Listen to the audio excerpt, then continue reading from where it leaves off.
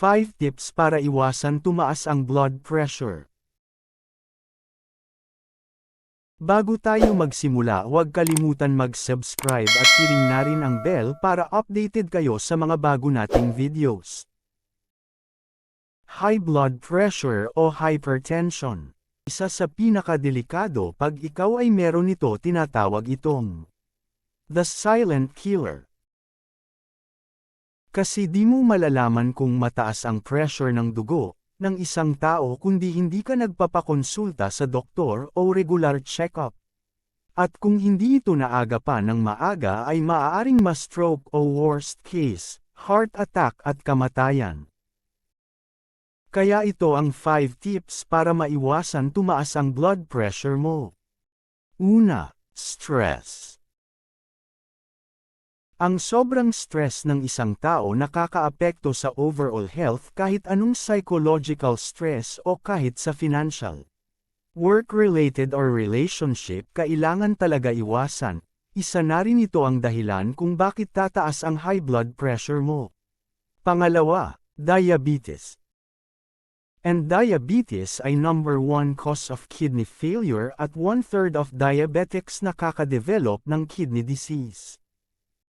Diabetes causes damage by scarring the kidney, kaya nagkakos ng high blood pressure ng isang tao.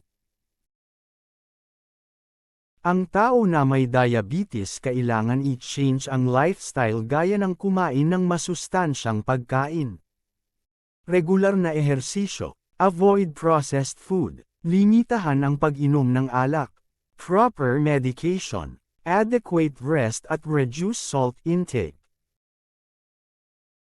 Pangatlo, obesity.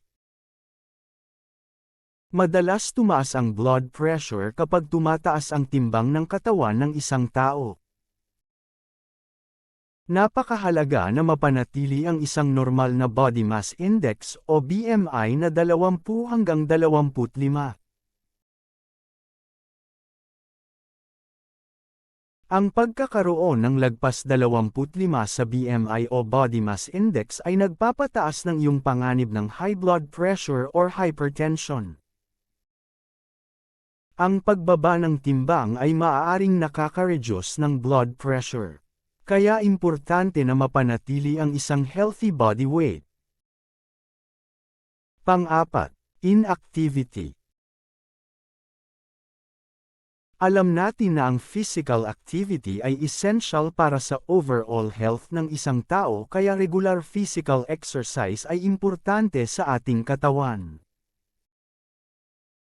Ang ating katawan kailangan mag-exercise regularly in order to keep it strong at healthy, dahil ang isang tao kapag lagi nag-ehersisyo makes the heart stronger, kaya a stronger heart can pump more blood with less effort, so blood can flow more easily.